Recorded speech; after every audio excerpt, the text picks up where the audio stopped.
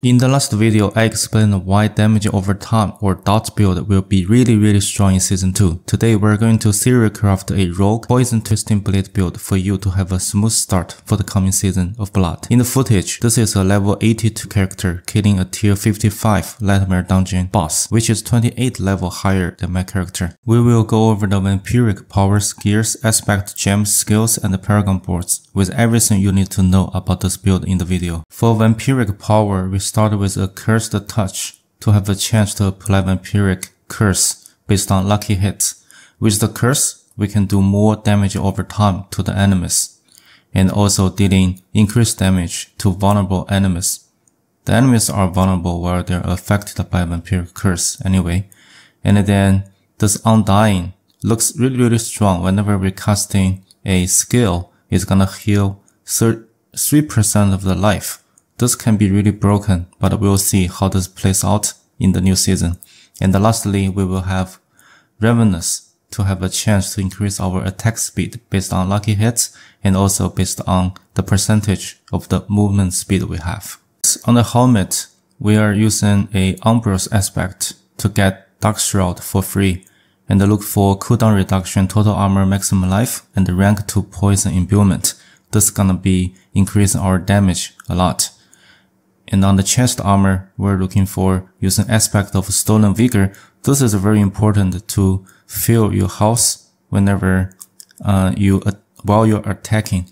Look also for total armor, maximum life, damage reduction from both distance enemies and also close enemies. Damage reduction in general is good on the chest. And then on the gloves, look for rank of twisting blades, attack speed, lucky hit chance, and also critical hit chance. And we're using aspect of shared misery to spread the crowd control effect to the enemies. And then on the pants, definitely look for 2 stats of damage reductions, and then total armor and maximum life. On the boots, Penitent Greaves is a good option to have the multiplier you can apply to chilled enemies, and this boot apply chill automatically to the enemies surround you. You can definitely also use a regular boot with energy cost reduction, movement speed, dexterity, and all stats. And then on the two-handed weapon, we look for all stats, dexterity, core skill damage, and also one of the additive damage buckets, which gives you the highest number. Here, I tend to pick damage to the close enemies. With regard to the aspect, we're using accelerating aspect to increase our attack speed after we use core skill. And this is really strong to increase your attack speed. And then this can proc the wall with the Undying. And we'll see how this plays out. On the amulet, we look for movement speed, ranks of Frigid Finance passive, which gives a lot of damage multiplier when you are chilling enemies using the Penitent Greaves. And also look for rank for all imbuement skills to increase the poison damage as well as total armor. We're using aspect of disobedience to increase your armor while you're attacking. On the ring, look for critical strike chance, maximum life, lucky hit chance, and the damage to the close enemies on both of the rings.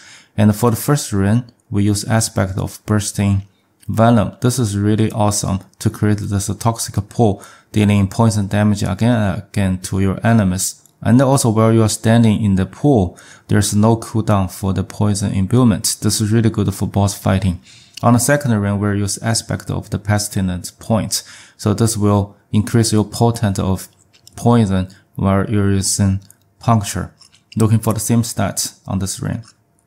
For the first one-hander, we're using Blade Dancer aspect. This is the iconic aspect for Twisting Blades build. Get this as early as possible, probably around probably when you reach level 25.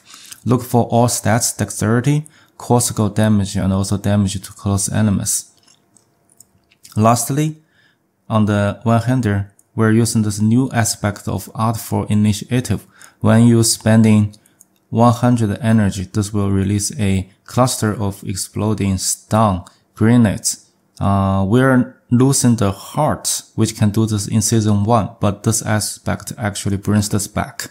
This will create a stun a lot for the enemies you're dealing with. Also look for all stats, dexterity, core skill damage, and also damage to close enemies.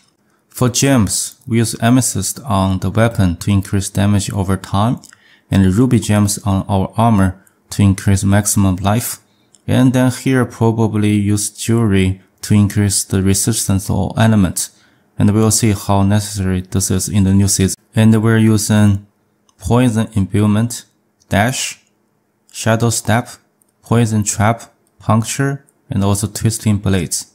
For specialization, we use combo point to increase the potency of the twisting blade attacks.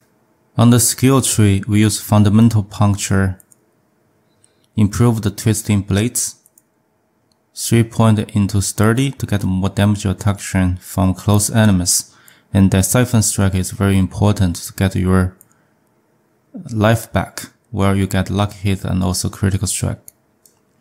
And then methodological shadow step, 1 point into dash just for movement, 1 point into consecutive, and also 1 point into trick attacks.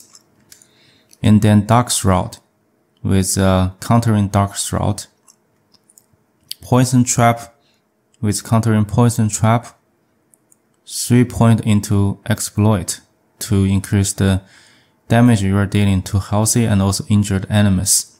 And then 3 point into malice, which will increase the damage to vulnerable enemies. 3 point into precision imbuement to increase the damage dealing with your critical strike chance. And then point imbuement, maximize this with blended poison imbuement. And then 1 point into deadly venom to be able to get deliberating toxin to reduce the damage the enemies are dealing while they are poisoned. 3 point into frigid finesse. This is necessary when you are using the penitent griefs to chill enemies.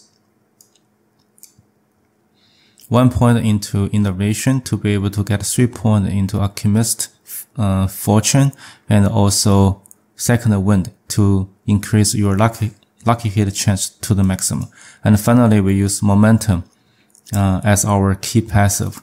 This will give you a lot of damage reduction, energy regeneration, and also movement speed. I will not go over all the details on the Paragon board, but leaving the link in the description for you to take a look at the details. So for the starting board, we're getting a lot of maximum life, and also using Devil's Glyph to get more bonus to magic nodes, which you can maximize here. And also when you hit the enemy with an attack that applies a crowd control, they take a more increased damage from you. The next one, we're using tricks and the treat. This will increase your damage where you are alternating your puncture and also twisting blades. We use closer in this board to basically get more cut skill damage. This is a multiplier for DOT builds. And also when you are using a melee weapon, so you take reduced damage from the enemies.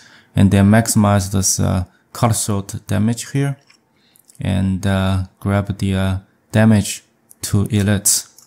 And then we move up to get this efficacy glyphs. This will greatly increase the potency of this railroad to get a lot of life, and also this to get a lot of damage.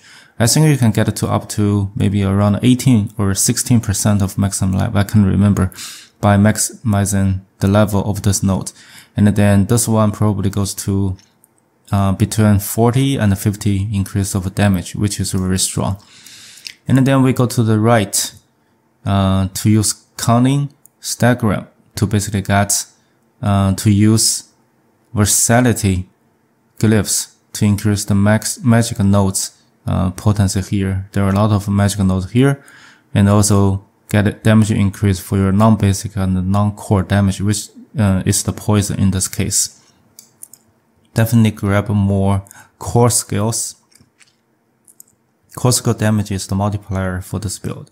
And then move up to get This legendary node for chip shot. This increases your damage a lot while you are surrounded by the crowd controlled enemies. And then use turf to increase damage for close targets and also get damage reduction from close enemies. This is very, very strong. Definitely grab more armor nodes on the way. And then I think we can move to the left to use control to further increase the damage to crowd control enemies and also deal increased damage to them. Definitely grab more intelligence to increase the potency of this glyph. And then lastly, we can move up to be able to just use ambush to basically increase the damage while they're affected by the traps. Also, while they're affected by traps, they get a 10% multiplier. This is really helpful. When Season 2 starts in 2 days, I will keep updating this build with the goal of hitting level 100 again. If you want to see more content like this, please smash the like button, subscribe, and ring that notification bell to never miss a video. See you in the next one.